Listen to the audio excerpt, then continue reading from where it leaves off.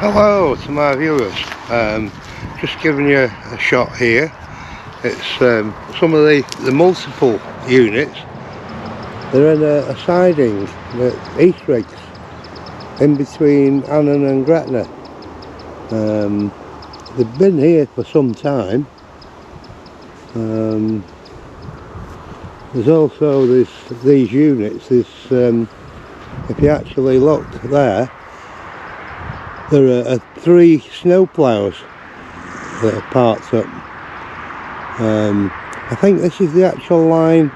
There's a branch that runs off the main Glasgow-Carlisle line just at East Rigs.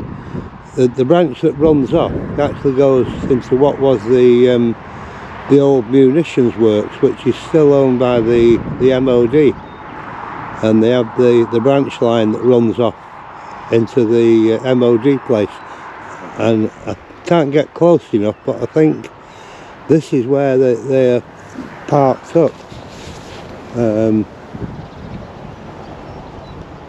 So that's of some interest. I'll try and if I can zoom in a little, I'll try and get the numbers off the units.